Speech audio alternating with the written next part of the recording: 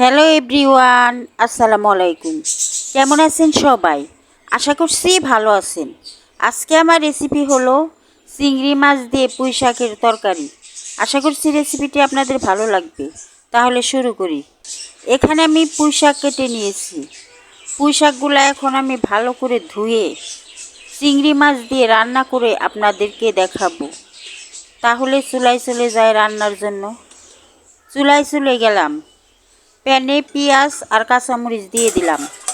এখন তেল দিয়ে দিলাম। পেঁয়াজটা একটু ভেজে নিব।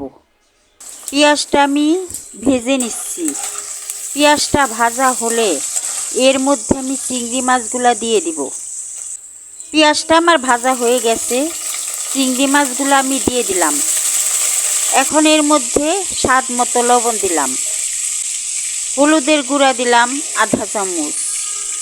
ধনিয়ার গুঁড়া দিলাম আধা চামচ। এখন নেড়ে চেড়ে চিংড়ি মাছটা একটু মশলার সাথে ভেজে নেব।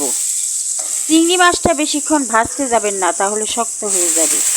এখন আমি যে শাকটা কেটে রেখেছি, ভালো করে ধুয়ে নিয়েছি, তা আমি এই চিংড়ি মাছের সাথে দিয়ে দিলাম।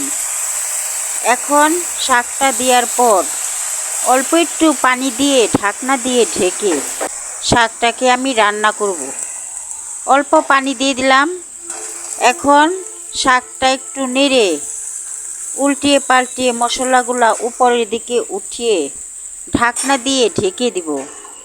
ঢাকনা দিয়ে ঢেকে দিলাম। কিছুক্ষণ রান্না করলাম।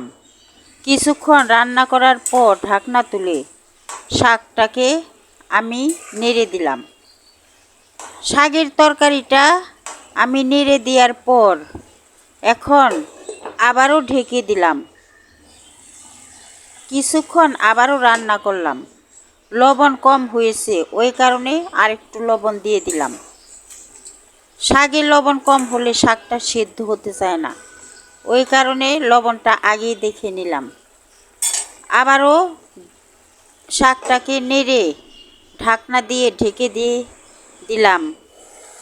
এখন 2-3 মিনিট রান্না করার পর ঢাকনা তুলে দেখি শাকের পানিটা একদম শুকিয়ে গেছে। এখন শাকটা আমার রান্না হয়ে গেছে, ওই কারণে চুলার থেকে নামিয়ে নিলাম। কেমন লাগলো আমার এই রেসিপিটি?